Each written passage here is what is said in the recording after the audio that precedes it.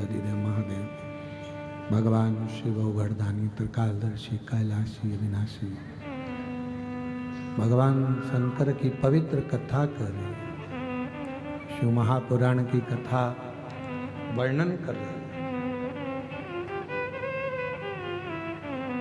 अपने जीवन को श्रेष्ठ जिए। तारकासुर के 3 बेटे थे, तारकाक्ष, विदुम्माली और कमलाक्ष के।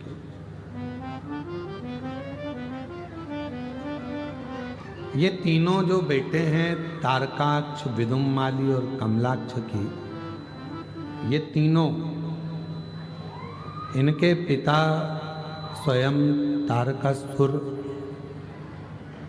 और इनके पिता तारकासुर ने भी अपने बेटों को उपदेश दिया, बताया, समझाया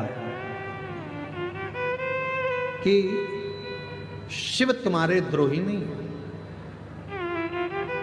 भगवान शंकर तुम्हारे दुश्मन नहीं।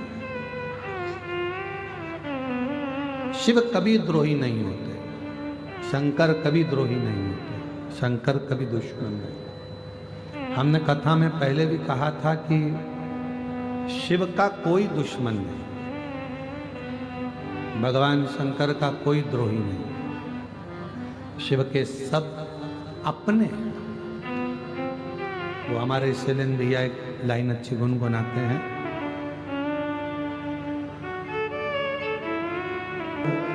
शंकर भगवान के पास में सब है, पर शिव के सामने कोई प्रकट नहीं होता।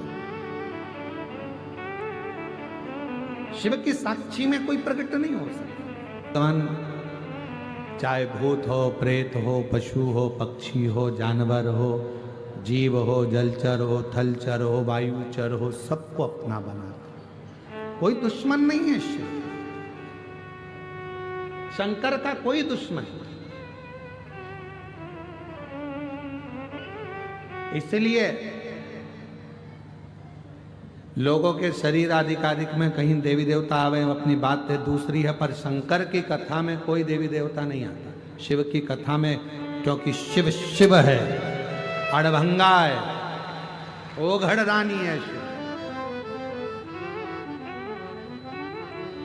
भगवान शिव भूतों के भी देव हैं, और जब स्वयं देवता बैठे हों तो फिर कोई आने का काम ही नहीं है।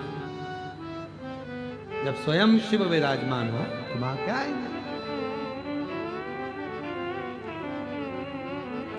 शंकर शंकर, मेरे शंकर भगवान का कोई दुश्मन नहीं है, मेरे शिव का सब प्रेम, सब।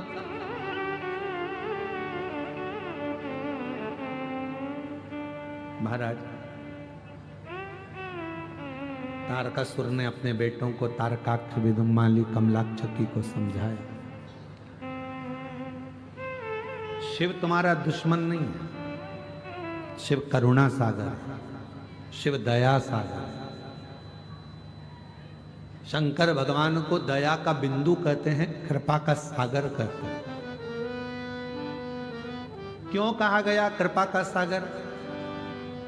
जब भागीरथ महाराज ने तपस्या करी अपने 60,000 काकाओं के उद्धार के लिए, और गंगा मैया जब भगवान के चलकर पृथ्वी पर आना चाहती थी 60,000 काकाओं के उद्धार के लिए, तब गंगा जी को, उनके वेग को, उनकी तीव्रता को संभालने वाला कोई नहीं था। गंगा मैया ने कह दिया कि भागीरथ जी मैं हाथ हो जाऊंगी और पहुंच भी जाऊंगी, मना नहीं है, पर मुझे संभालेगा कौन? मेरे वेग को कौन संभालेगा? मेरी तीव्रता को कौन संभालेगा? मेरे वेग को कौन कंट्रोल करेगा? कौन संभालेगा? तब भगवान देवाधिदेव महादेव की आराधना भागीरथ बाबा ने, और स्वयं देवाधिदेव महादेव की आराधना भागीरथ बाबा ने करा। प्रार्थना करी भगवान शिव से, आप गंगा को संभाल लीजिए। शिव जी मन में सोचे, बहुत कठिन है गंगा को संभालना,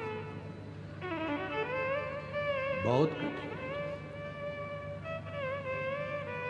गंगा को संभालना मतलब जानते हो? जम के तो बोलो। गंगा को संभालना बहुत कठिन है। शिवजी मन में सोचे कि इसको संभालना कितना कठिन है। गंगा को संभालना मतलब समझते हो? गंगा को संभालने का मतलब है अपने भेजे को, अपनी बुद्धि को, अपने मस्तिष्क को, अपने सिर को ठंडा रखना। कितना कठिन है। दुनिया का सबसे ज्यादा कठिन काम एक ही है, अपने भेजे को ठंडा रखना। किसी ने कुछ बोला, एकदम उचिष्ट हो गए, गुस्सा आ गया। कोई कुछ बोल गया, फिर क्रोध आ गया, फिर कोई बोल दिया, फिर क्रोध आ गया, फिर कोई बोल दिया, फिर क्रोध आ गया। कितना कठिन काम, ये बहुत कठिन काम। अब भागीरथ जी कह रहे हैं कि गंगा को आप संभाल लो।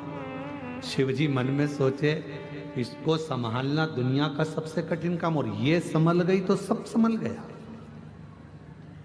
अगर ये संभल गई, सब संभल गई।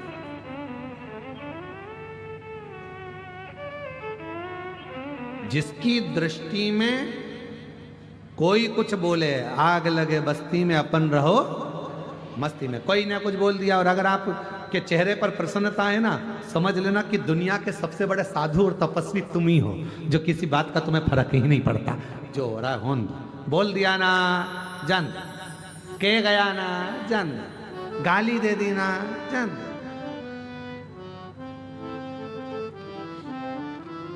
एक पति पत्नी साइकिल से जा रहे थे और साइकिल में बैठकर जा रहे, और दोनों शंभू साइकिल से बैठकर जा रहे थे, और जाते जाते इतने में साइकिल एक गाड़ी वाले से भड़ी गई। पीछे से गाड़ी वाला आया और साइकिल को बढ़ता, और पत्नी पीछे बैठी हुई थी साइकिल, और दोनों जनी जा रहे थे और पीछे से गाड़ी वाला ठुक गया। दोनों गिर गए, दोनों गिर गए। अब पत्नी पति को देख रही, पति पत्नी को देख रहा।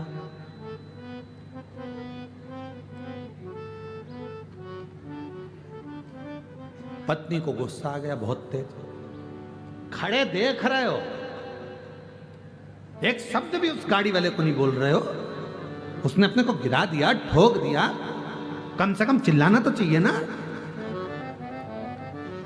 पति बोला नमः शिवाय, नमः शिवाय, नमः शिवाय।